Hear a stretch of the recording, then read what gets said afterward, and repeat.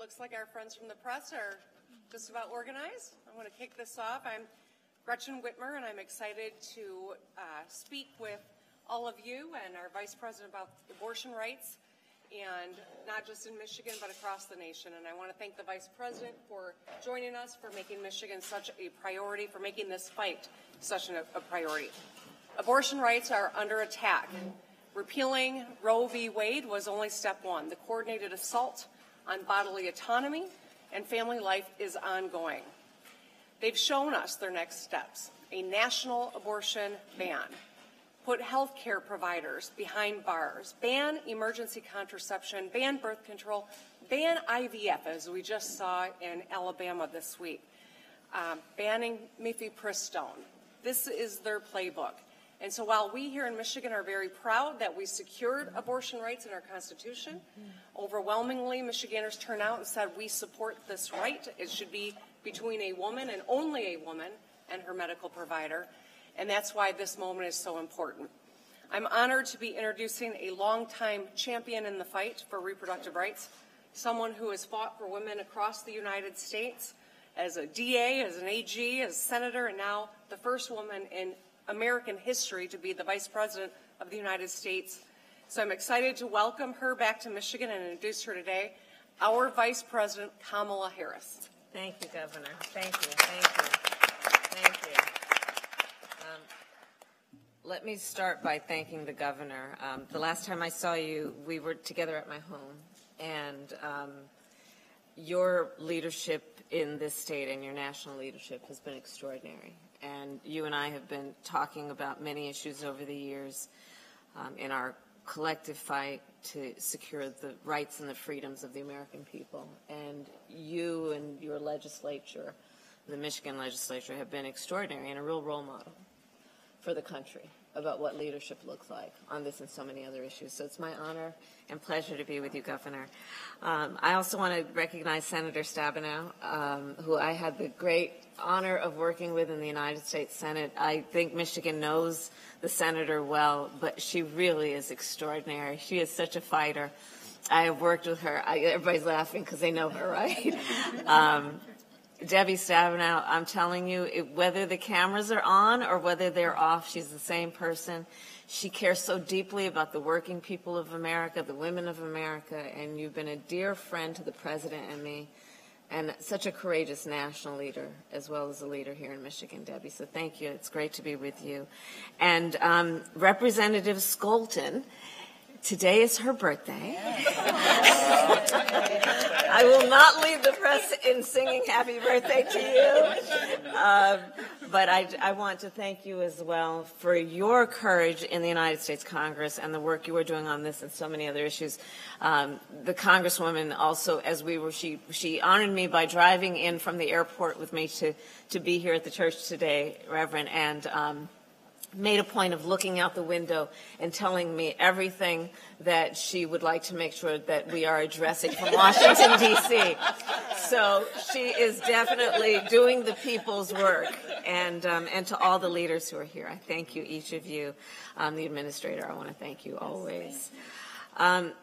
Freedom is fundamental to the promise of America. And what we saw over a year ago is the highest court in our land, the United States Supreme Court, the Court of Thurgood and RBG, took a constitutional right that had been recognized from the people of America, from the women of America.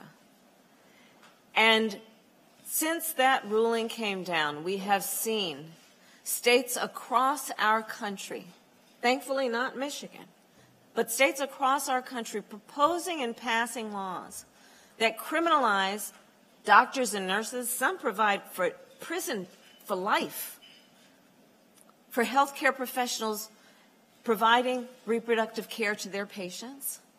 We have seen laws being passed that make no exception even for rape and incest, which means these so-called leaders who are extremists are telling a survivor of a crime of violence to someone's body, a survivor of a violation to their body, that that survivor, have no right to make a decision about what happens to their body next.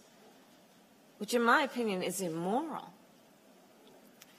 We know that on this issue, the American people, the majority of American people agree with the leaders at this table, by the way, which is that one does not have to give up or in any way abandon their faith or deeply held beliefs to agree the government should not be telling her what to do with her body. If she chooses, she will consult with her priest, her pastor, her rabbi, her imam, but it should not be the government telling people what to do with their bodies. And what we have seen on this issue is over the course of now a year and almost a half, people who are suffering every day in our country as a result of this. So not only is it about freedoms that have been taken and what that means in a country that prides itself on being a democracy that upholds and fights for freedoms and liberty. It means that in states across our country, people have been suffering.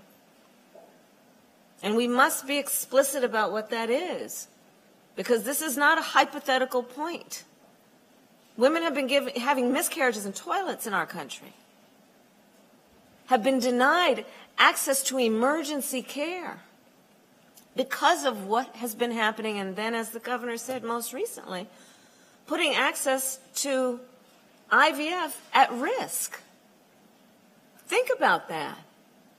Individuals, couples who want to start a family are now being deprived of access to what can help them start a family.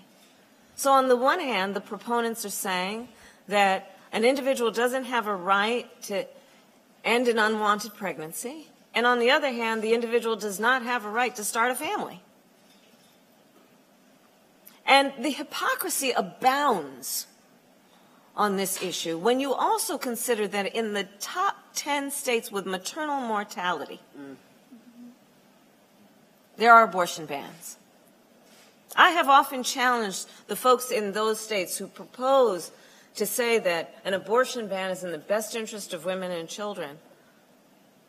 Ask them, why have they been so silent on an issue like maternal mortality? Where in our country, black women are 3 to 4 times more likely to die in connection with childbirth than other women. Native women, twice as likely. Women in rural America, similarly, more likely. So this is an issue that is about fundamental freedoms and liberty. And it is an issue about harm, real harm that is happening to people every day in our country. And one must then ask, well, okay, how did this happen? And I would say, ask who's to blame. And I'll answer that question. When you look at the fact that the previous president of the United States was clear in his intention to hand-pick 3 Supreme Court justices who would overturn the protections of Roe v. Wade. And he did it. And that's what got us to this point today. And that same individual, the previous president of the United States, then openly talks about how he is proud of what has resulted. Proud of the fact that doctors and nurses can be jailed for giving reproductive care. Proud of the fact that women are being forced into situations where they could literally, their life is at stake in terms of having a miscarriage and not being able to have the medically required treatment. Proud of the fact that so many young women in America now have fewer rights than their mothers and grandmothers. So this is a very real issue, and I thank again the governor and the Michigan legislature for all you have done. But do understand, the people of Michigan cannot sit back and take comfort without also understanding that elections matter and that there is a full-on concerted effort to pass a national ban, which would mean the people of Michigan would not be as safe. And so let's understand the connection between all of these issues and the responsibility and the role that we each have to protect these fundamental freedoms and the people of America to be able to make decisions about their own lives and the future of their family. And with that, I want to thank everyone again, and I'm going to turn it over to Representative Skolton to moderate our discussion. Thank you so much, Madam Vice President. As a person of deep faith myself, as the first woman and mother in West Michigan history to represent us in Congress, I can tell you, even though we have come so far in Michigan, women like me are still terrified about what might happen. And that's why I, every day, am working to make sure that we have constitutional protections over these rights and over these freedoms. Even as much as the work that I'm doing here in West Michigan is groundbreaking, we all stand on the shoulders of giants. And there is no taller giant in Michigan than Senator Debbie Stabenow and the work that she has done to champion women and protect our freedoms. And we want to give her a moment to say a few words as well. Well, thank you. I love saying Congresswoman. I love that. Happy birthday. Thank you. Birthday. And welcome back to West Michigan. My dear friend, I have to tell you, it was so wonderful working with Senator Kamala Harris, and as a partner, as a friend, as an ally, fighting the good fight in the Senate, and then to see you step into the vice presidency role made me so proud, so proud. And I have to tell you that whenever I see the vice president sitting in the chair up front, I know we have the votes to pass whatever we're going to pass. I feel so confident. All these judges that we've been able to pass together, really. And so thank you. And of course, thank you to the governor and your advocacy, your strength, your leadership on these issues as well as so many issues. And it is not by accident that the governor was able to repeal a lot of anti-abortion, anti-healthcare measures. It's because of a Democratic Senate and a Democratic House. The first trifecta in 40 years. So it does make a difference who we are electing. And thank you, Administrator, for being here. And I also have to say, Reverend Rowe, always great to be at Fountain Street. Just 1 minute to emphasize, I think, where we are. We thought we had it done, right? Because people work so hard, everybody works so hard, passing the change to our Constitution, all the people on the street, getting the signatures for the ballot proposals, working so hard, standing up for our basic freedoms, standing at the polls till well after 8 p.m. on election night. We did it. We got it in the state constitution, protecting our freedom. We passed a great governor and legislative body that would cement that for us. And then we turn around and realize that literally all of this can be stripped away, which with a national abortion ban, which they are trying to do at every level. The majority of abortions in the first several weeks of a pregnancy are mifepristone. And if that medicine goes away, then that's an abortion ban. I mean, everything that's being talked about here is related to getting a national abortion ban, not trusting women. I love your signs. Not trusting women. Any person who can get pregnant is not trusted in this process at all.